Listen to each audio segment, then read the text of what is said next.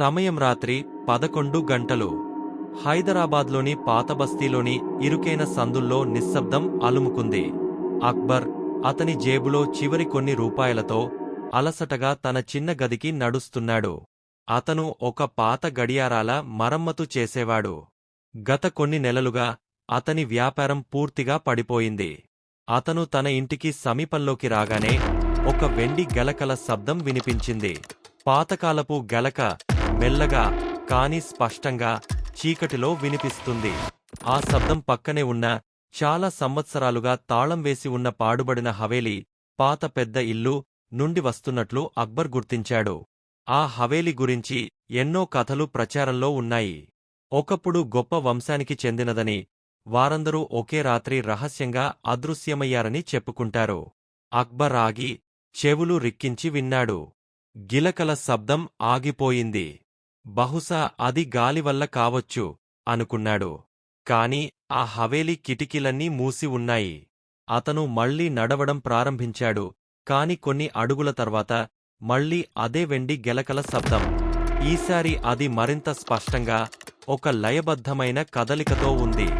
ఎవరైనా హవేలీ లోపల నడుస్తున్నట్లు, వారి జేబులో లేదా చేతిలో గలక ఉన్నట్లు అనిపించింది. అక్బర్ గుండె వేగంగా కొట్టుకుంది. ఎవరుంటారు అక్కడ? పోలీసులు కూడా భయపడే ఆ ప్రదేశంలో? ధైర్యం తెచ్చుకుని అక్బర్ హవేలీ ప్రహరీ గోడ వైపు వెళ్లాడు. గోడపై పాత ద్రాక్షతీగలు పాకి ఉన్నాయి. వాటి సందుల్లోంచి లోపలికి చూశాడు. లోపల చీకటిగా, నిశ్శబ్దంగా ఉంది. గిలకల శబ్దం ఆగిపోయింది. అతను వెనక్కి తిరగబోతున్నాడు. అప్పుడే అతని కాలు కింద ఏదో తగిలింది. కింద చూశాడు. అది ఒక చిన్న, పాత రాగి దీపం. దాని పక్కన ఒక మడత పెట్టిన కాగితం. ఆ కాగితంపై అరబిక్లో ఏదో రాసి ఉంది. అక్బర్కు అరబిక్ తెలియదు. కాని చివరి వాక్యం కింద గీత గీసి ఉంది. అది ఇలా ఉంది: సమయం చిక్కు. అక్బర్ ఆ కాగితాన్ని జేబులో పెట్టుకున్నాడు. మరుసటి రోజు ఉదయం అతను ఒక అరబిక్ పండితుడి దగ్గరికి వెళ్లాడు. ఆ పండితుడు కాగితాన్ని చదివి, ఇది ఒక పాత పజిల్లా ఉంది. ఇందులో కొన్ని ఖచ్చితమైన సమయాలు, కొన్ని చర్యలు ఉన్నాయి. చివరి పంక్తి సమయం చిక్కు అని ఉంది. బహుశా ఏదో రహస్యం సమయంతో ముడిపడి ఉంది. అక్బర్ ఆ పండితుడికి కృతజ్ఞతలు చెప్పి తిరిగి హవేలీ దగ్గరికి వెళ్లాడు. సమయం చిక్కు అనే వాక్యం అతన్ని వెంటాడుతోంది. గిలకల శబ్దం, పాడుబడిన హవేలీ, రహస్యంగా అదృశ్యమైన వంశం, వీటన్నిటికీ ఏంటి సంబంధం? సాయంత్రం అయింది. సూర్యుడు అస్తమిస్తున్నాడు. అక్బర్ హవేలీని పరిశీలించడం మొదలుపెట్టాడు. హవేలీ ముందు ఒక పెద్ద, పాత ఇనుప తలుపు ఉంది.